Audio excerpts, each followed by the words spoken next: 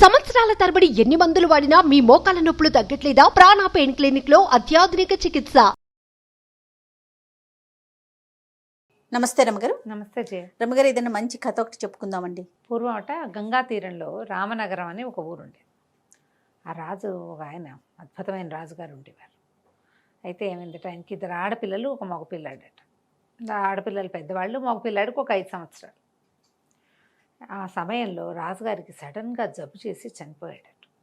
చనిపోయేసరికి రాజుగారికి వక్రబుద్ధి అనే పేరున్న ఒక మంత్రి ఉండేవాడు. అతను ఏమనుకున్నాడంటే, ఈ పిల్లల్ని కనుక తప్పించేస్తే రాజ్యాంగం ఆయనకు అనారోగ్యంగా ఉండి ఇదంతా మన చేతిలోకి వచ్చింది, మొత్తం నొక్కేయచ్చు అనుకున్నాడు. నొక్కేయచ్చు అనుకుని రాణిగారి పిల్లవాడికి అన్నం పుట్టినప్పుడే పోయారు. ఇక ఎవరో అడ్డంకి అక్కడ పిల్లల్ని ఖైదు చేసేసి ఆడపిల్లల్ని కడతెరిచేసాడు. మగపిల్లాడిని వేరొక చెరసాలలో ఉంచారట. అయితే ఏమైంది, కొంతమంది దుండగపు మనుషులు పిలిచి చెరసాలలో ఉన్న రాకుమారిని వధించమని చెప్పారు.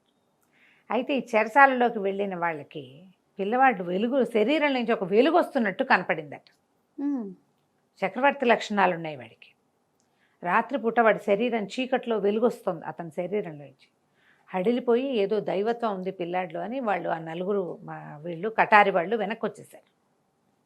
బాబోయ్, మా వల్ల కాదు, ఏదైనా పాపం వస్తుందేమో, మేము ఈ పని చేయలేమంటే, సరే ఏం చేశాడు, ఇలా చంపకూడదు ఇక్కడ, ఈ ఊళ్ళో ఎవరితోటి చంపించినా వీళ్ళు ఎవరో ఒకళ్ళకి చెప్తారు. అందుకని ఏం చేశాడట, ఒక నిరుపేదైన ఒక వ్యక్తిని పట్టాడు. ఆయన సుమంత్రుడట అతని పేరు. ఆ సుమంత్రుడిని పిలిచి, నీకు చేతి కొద్దీ ధనం ఇస్తా, నేను చెప్పిన పని చేయమన్నాడు. ధనం పుచ్చుకున్న సుమంత్రుడు సరేనన్నాడు. ఈయన చెరసాల్లోకి తీసుకుపోయి ఈ పిల్లవాడిని ఏం చేశాడట, ఒక బట్టల మూటలాగా తయారు చేయించాడు. మూట కట్టించాడు, అది ఒక గుడ్డల మూటగా ఉంది. నువ్వు ఈ మూటను తీసుకెళ్ళి మన ఊరు దాటిచ్చేసి గంగానది మీద వెళ్ళు. ఇక్కడికి బాగా దూరం వెళ్ళిపోయాక ఈ మూటకు ఒక రాయి కట్టి నీటిలో వదిలిపెట్టమన్నాడు. సరే ఒప్పుకున్నాడు, డబ్బులు ఇచ్చాడు కదా, అదే మోయగలిగినంత డబ్బు ఇచ్చాడు. సరే ఏం చేశాడు, ఈ బట్టల మూటని భుజాన్ని వేసుకుంటే, ఇట్లా భుజాన్ని వేసుకునేసరికి ఆ లోపల మనిషి ఉన్నట్టు తెలిసింది సుమంత్రుడికి.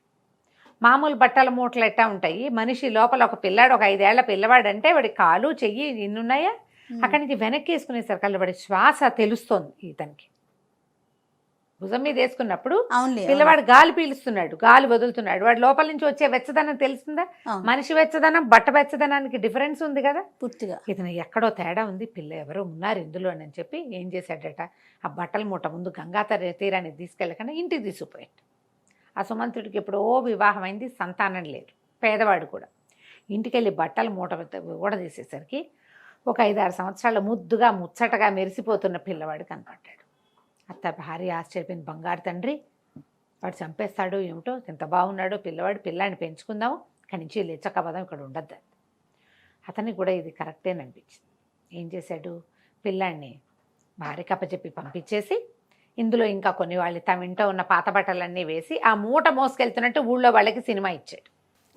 మోసుకెళ్ళాడు, గంగా తీరంలో ఒక పడవెక్కాడు. అందరూ చూశారు.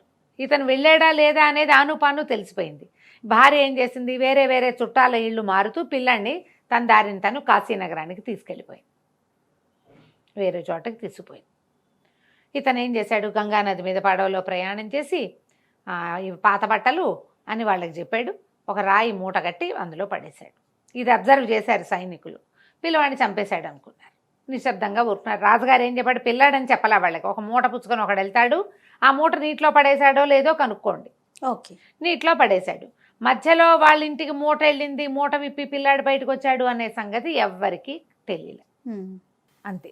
అక్కడి నుంచి ఏమైంది, సుమంత్రుడు కూడా తనకి ఇచ్చిన డబ్బంతా పట్టుకుని కాశీనగరానికి వెళ్ళిపోయాడు. పిల్లవాడి పేరు ప్రమదుడు, రాకుమారుడి పేరు. ప్రమదుడు అని పేరు ఉంచకుండా కుముదుడుగా పేరు మార్చి సరే ఇతను ఏదో కొంత డబ్బులు తెచ్చుకున్నాడుగా, పెద్ద ఘనమైన సంపాదనగా లేకపోయినా కూడా పిల్లవాడిని చక్కగా పెంచుకున్నారు. పెరుగుతూ ఉంటే పిల్లవాడికి చక్కటి ఆజానుబాహువుగా తయారయ్యాడు. తర్వాత ఇతనికి మల్ల యుద్ధం అన్నా వంట అన్నా మహా ఇష్టం అంట పిల్లడికి. ఆ సమీపంలో ఉన్న ఒక అఖాడాకి వెళ్తూ మల్ల యుద్ధం నేర్చుకున్నాడు. సహజంగా రాకుమారుడు క్షత్ర తేజస్సు కొంత ఉంటుంది కదా, వాళ్ళ ఇంట్లో ఉన్న పద్ధతుల ప్రకారం వాడు కొంచెం బలశాలిగా తయారయ్యాడు. ఎడం చేత్తో వంట చేసేవాట, నలుడు భీముడు లాగా. ఎంత వంట చేసేవాడు, ఎంత బాగా చేసేవాడు. ఏదైనా ఫంక్షన్స్ ఉన్నాయి అంటే అందరూ పెళ్ళిళ్ళకి పేరెంటాలకి వంట పై ఎత్తు నుండి చూడడానికి ఈ అబ్బాయినే పిలుచుకుంటూ ఉండేవాళ్ళు. అయితే కాశీనగరానికి రాజుగారు లేరుట ఆ కాలంలో, రాజకుమార్తె మాత్రం ఉంది. రాజుగారు మరణిస్తే ఒక సంరక్షకుడిని పెట్టారు. గజవర్మ అనే సైన్యాధిపతిని సంరక్షకుడుగా పెట్టి రాకుమార్తెకి వివాహ యోగ్యమైన వయసు వచ్చాక పెళ్లి చేసి ఆ ఏ రాకుమారుడైతే పెళ్లి చేసుకుంటాడో అతనే రాజయ్యేలాగా శాసనం చేసి పెట్టి వెళ్ళారు. ఈ గజవర్మ చక్కగా పిల్లని చూసుకునేవాడు, ఊరు రాజ్యం అంతా నడిపేవాడు. అయితే ఏంటంటే ఎప్పటికప్పుడు ఏటా అక్కడ బోల్డ్ అన్ని పోటీలు జరిగేవట. ఇప్పుడు కూడా మనం చూస్తాంగా కాంపిటీషన్స్. రకరకాల ఊళ్ళ నుంచి వచ్చేవాళ్ళు. ఈయనకి గజవర్మకి చాలా మల్ల యుద్ధాలు అవి అంటే మంచి ప్రీతి. రకరకాల ఆటల పోటీలు, యుద్ధ క్రీడల పోటీలు పెట్టి అందులో గెలిచిన వాళ్ళకి తమ ఆస్థానంలో పదవులు ఇచ్చేవాళ్ళు, లేకపోతే బహుమతులు ఇచ్చి పంపేవాళ్ళు. పై వాళ్ళైతే సైన్యం పెంచుకునేందుకు అదొక విధానంగా ఉండేది ఆ రోజుల్లో. సరే, ఒక మల్ల యుద్ధం పోటీలు జరిగినాయి. ఆ పోటీకి రాకుమార్తె కూడా హాజరైంది. ఆవిడ కూడా చూస్తోంది. రెజ్లింగ్ చూస్తారు కదా, స్పెక్టేటర్షిప్ అందరికీ ఆసక్తిగానే ఉంటుంది. అయితే ఏమైంది, అప్పుడు మల్ల యోధులు మంచి మంచి పెద్ద పెద్ద వాళ్ళు వచ్చారు. వస్తే ఈ కాశీనగరంలో ఉన్న వాళ్ళంతా ఓడిపోయారు బయట నుంచి వచ్చిన వాళ్ళతో. సరే, ఎవరైనా ఉన్నారా వీడిని ఓడించగలిగిన వాళ్ళు, లేకపోతే ఇన్నాళ్ళు మన రాజ్యంలో ఉన్న ఈ మల్ల యుద్ధుల పథకం బయట ఊరికి వెళ్ళిపోతుందని ఈయన చాటింపు వేయించాడు. సరే, మన కుముదుడు ఉన్నాడు కదా, ప్రమదుడు పేరు మార్చుకున్న రాకుమారుడు, ఈ కుముదుడు అన్నవాడు ఇక్కడికి వచ్చాడు. వచ్చి చక్క గోచి బిగించి గోదాలోకి దిగాడు. మళ్ళీ ఇంత మంచి పోటాపోటీగా జరిగింది. రాకుమార్తెకి మనసు వెళ్ళిపోయింది. కుముదుడి మీద కుర్రవాడు, 20-22 సంవత్సరాల వాడు, చాలా అందంగా ఉన్నాడు, మంచి బలశాలిగా ఉన్నాడు, పోరాట పటిమ కలిగిన వాడు. సహజంగా 16-17 ఏళ్ళ ఆడపిల్లలకి అందంగా ఉన్న అబ్బాయిల మీద దృష్టి నిలుస్తుంది, న్యాచురల్ కదా. ఈ అబ్బాయి ఎట్లాగైనా గెలవాలని కోరుకుంది అమ్మాయి. చివరికి ఇతను గెలిచాడు. గెలిచేసరికల్లా సరే పథకం ఇచ్చాడు. బాబు ఏమిటి నాయన నీ సంగతి ఏమిటంటే, ఆ పేరు కుముదుడండి అని చెప్పాడు. ఆస్థాన మల్ల యోధుడిగా ఉండమంటే, లేదండి ఇది నేను సరదాగా నేర్చుకున్నా, నేను వంటవాణ్ణి, ఇది నాకు ప్రవృత్తి కాదు, వృత్తి కాదు, నేను దాన్ని వృత్తిగా స్వీకరించట్లేదు, ఏదో పోటీ ఉందని వచ్చాను అంతేనన్నాడు. సరే, ఆస్థానంలో ఉండమన్నారు. ఆస్థానానికి రోజు తిరిగేవాడు. సడన్గా ఈయనకి ఏమనిపించింది, రాకుమార్తెకి ఈ కుర్రాడి మీద ఆసక్తిగా ఉంది. అతని చుట్టూతా తిరుగుతున్నట్టు అర్థమైంది. ఓ పని చేస్తే ఎట్లా ఉంటుంది, ఈ రాకుమార్తెని వంటల వాడు మల్లయోధుడు కానని చెప్పాడు ఓ పబ్లిక్గా, వంటవాడికి ఇచ్చి పెళ్లి చేసేస్తే రాకుమార్తెకి పెళ్ళి అయిపోతుంది. వంటవాడికి రాజార్హత లేదు ఆ కాలంలో. వంటలు చేసుకునేవాడు రాజు అవడానికి వీలు లేదు. ఆ పాయింట్ మీద పెట్టి రాజ్యం తనే కొట్టేయచ్చు అనుకున్నాడు. కొట్టేయచ్చు అనుకుని సరే రాజకుమార్తెని కనుక్కుని, అమ్మ అబ్బాయిని పెళ్లి చేసుకుంటావంటే చేసుకుంటాను. ఆ అమ్మాయి ఉద్దేశం ఏంటి, నన్ను ఎవడు చేసుకుంటే వాడే రాజు అని తను అనుకుంటుంది. అతని పద్ధతి తీరు అన్నీ నచ్చినాయి అమ్మాయికి. సరే, ఈ కుముదుడిని అడిగారు. అడిగితే చేసుకోవడానికి సిద్ధంగా ఉన్నాడు. వాడి ప్లాన్ వేరే ఉంది. అక్కడి నుంచి ఊళ్ళో అందరికీ గానా బజానగా చెప్పకుండా ప్రకటించాల పెళ్ళని, సింపుల్గా పెళ్లి చేసేశారు. పెళ్ళైపోయింది. యువరాజుని ఇప్పుడు ఈ వంటవాడైనటువంటి కుముదుడిని దీంట్లోకి అంతఃపురంలోకి ప్రవేశపెట్టారు. రాజు రాణి అంటే ఈ అబ్బాయి అమ్మాయి ఇద్దరు ఏకాంతంగా ఉన్నప్పుడు అతను చెప్పాడనమాట, రాజకుమారి నువ్వు కంగారు పడకు, వంటవాడిని పెళ్లి చేసుకున్నానని బాధపడక్కర్లేదు, నేను రామనగరం రాజకుమారుడిని, అవకాశం కోసం చూస్తున్నాను, అక్కడ వక్రబుద్ధి అని మా మంత్రి మా రాజ్యాన్ని లాగేసుకున్నాడు, నన్ను నా పెంపుడు తండ్రి కథ అంతా నాకు తెలియజేశాడు అని చెప్తే, అమ్మాయి ఏమంది, నాకు రాకుమారుడు కాకపోయినా వచ్చిన బాధ లేదు, నువ్వు నాకు నచ్చావు, రాకుమారుడైనా ఇంకోడైనా నా భర్తే కదా అంటే, అప్పుడు ఇతనేం చెప్పాడంటే, కాదు నీ భర్త రాజు అవుతాడని నువ్వు పొరపాటును కూడా అనుకోవద్దు, నీ తాలూ సంరక్షకుడు ఉన్నాడే గజవర్మ, ఆయన కూడా దుష్టబుద్ధే, రాజ్యం ఇవ్వక్కర్లేకుండా ఉండటం కోసం వంటవాడినైనా నాకు ఇచ్చి పెళ్లి చేశాడు, నేను ఇక్కడే ఉంటే ఏమీ ఇబ్బంది లేదు, నేను రాజు అవుతాననగానే తీస్తాడు అస్త్రం బయటికి, కొన్నాళ్ళు కామ్గా ఉండి ఇది మాట్లాడదామన్నాడు. కొద్ది రోజులు గడిచాక ఈ కుర్రాడు కుముదుడు ఆస్థానంలో తిరుగుతూ ఉండేవాడు. జరుగుతుంటే ఇంతలో ఒకరోజు ఏం చెప్పాడంటే, ఈ గజవర్మకి చెప్పాడనమాట, మన పక్కన గంగా తీరంలో ఉన్న రామనగర రాజ్యంలో చాలా అరాచకం ఉంది, అక్కడ వక్రబుద్ధి అని ఒక దుష్టబుద్ధి ఉన్నాడు, ఒక చిన్న సైన్యం కొంత సిబ్బందిని ఇస్తే నేను వాడిని ఓడించి అది మన రాజ్యంలో కలిపేస్తా అని చెప్పాడు. చెప్పేసరికి ఈయన సంతోషించాడు. ఏముంది రాజకుమారుడు రాజు అవినా అవ్వకపోయినా రాజుగారు అల్లుడే కదా, అవును. సరే బాబు అట్లాగే నీ ఇష్టం, నేను కాదంటే ఎందుకు, నువ్వు బలశాలివి, అట్లాగే కొంత సిబ్బందిని ఇస్తానన్నాడు. ఇక్కడి నుంచి కొంత సైన్యాన్ని ఇచ్చి పంపించారు. ఈ లోపల సుమంత్రుడు ఏం చేశాడు, ఈ పిల్లాన్ని తీసుకొచ్చి పెంచాడు కదా నిరుపేద అతను కొంత డబ్బు పుచ్చుకుని రామనగర్కి వెళ్ళి రాజుగారి పాత చుట్టాలందరినీ తిరిగేశాడు. పాత సైన్యాధిపతులు, ఇది వరకు ఉన్న మంత్రులు, అధికారుల్లో కొంతమంది రాజుకు విధేయులుగా పాత రోజుల్లో ఉండేవాళ్ళు, ఒక్కొక్కరిని కలిసి రాకుమారుడు బతికే ఉన్నాడని, ఎప్పుడో ఒకరోజు యుద్ధానికి రాబోతాడని చెప్పి అందరినీ తన వైపుకు తిప్పుకున్నాడు.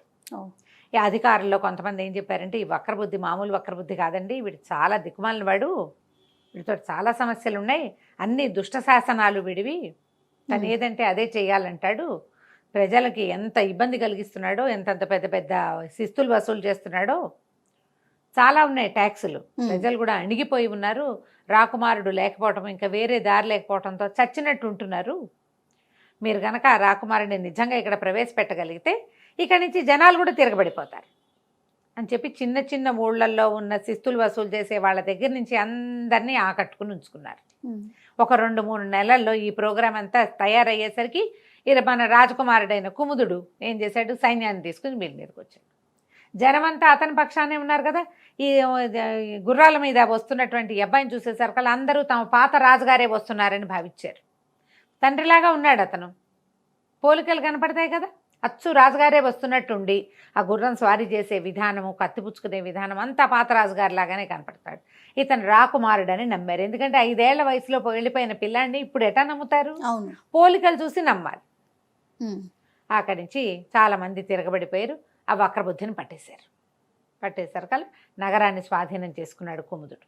స్వాధీనం చేసుకుని బహిరంగంగా వక్రబుద్ధికి శిక్ష విధించాడు. మరణశాసనం లిఖించి అతనికి మరణశిక్ష వేసిన తర్వాత ఇక్కడున్న శాసనాలన్నీ రద్దు చేసేశాడు. అధికారుల్లో పురాతనమైన అధికారులందరినీ మళ్ళీ పైకి తీసుకొచ్చి వాళ్ళందరికీ రాజ్యాన్ని అప్పచెప్పాడు.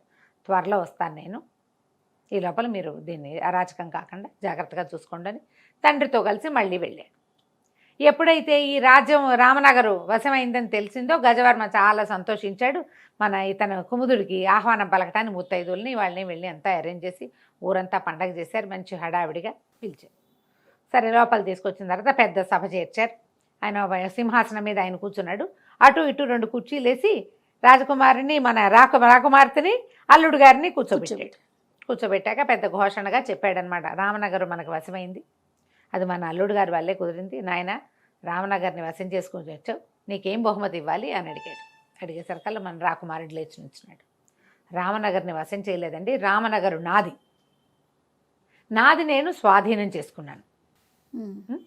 మరి రాకుమారుడికి ఇచ్చి వివాహం చేసి కాశీరాజ్యాన్ని వివాహం చేసినటువంటి అల్లుడికి ఇవ్వాలని శాసనం ఇక్కడ. ఇప్పుడు నేను రాకుమారుడిని ప్రూవ్ అయింది కదా, రామనగర రాజుని నేను. ఇప్పుడు మరి మీరు సింహాసనం నుంచి దిగితే నేను ఎక్కి కూర్చుంటాను, ఇక ఈ రాజ్యం నాది అన్నాడు. అనగానే గజవర్మకు ఊళ్ళంత కోపం వచ్చింది. 15 ఏళ్ళ నుంచి పిల్లప్పటి నుంచి నేను సంరక్షిస్తుంటే నువ్వెట్టా రాజు అయిపోతావు, నేను ఒప్పుకోనని కత్తి తీశాడు. తీయంగానే ప్రజలంతా హాహాకారాలు చేశారు.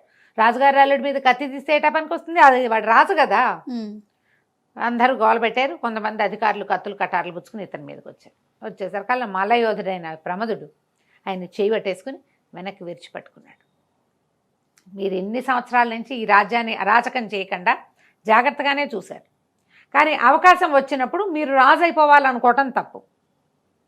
విధేయులుగా ఉంటానంటే ప్రాణాలతో విడిచిపెడతాను, కాదు ఏదైనా చేయాల్సిందే ప్రతిక్రియ అంటే మాత్రం ఇవాళ మరణశిక్ష విధించబడుతుంది, మీ ఇష్టం ఆలోచించుకోండి అన్నాడు. రాకుమార్తె చాలా దుఃఖపడిందని ఎంతో బాగా చూసుకున్నాడు. ఈయనకి రాజ్యం సులువుగా లభిస్తుంది అనిపించేసరికల్లా ఇలా ఆశ పుట్టింది. అధికారాలు రద్దు చేసి ఆయన్ని బతికించి ఉంచు, నా తండ్రి స్థానంలో ఉన్నాడు అంటే సరే, ప్రజలు కూడా కొంతమంది దానికి ఓటేశారు. అక్కడి నుంచి ఆయన ఒక ఓల్డేజ్ హోమ్ లాగా అట్టు పెట్టుకున్నారు. రామనగర్ని కాశీ రాజ్యాన్ని కలిపేసుకుని ఎంతో కాలం కుముదుడిగా పేరు మార్చిన రాజకుమారుడైన ప్రమదుడు రాజు అయ్యాడు. రామనగర్ రాజు. కంచికి మనం ఇంటికి. నమస్తే అండి. నమస్తే. సుమన్ టీవీలో మీ పర్సనల్ అండ్ బిజినెస్ ప్రమోషన్స్ కోసం కింది నెంబర్కి కాంటాక్ట్ చేయండి.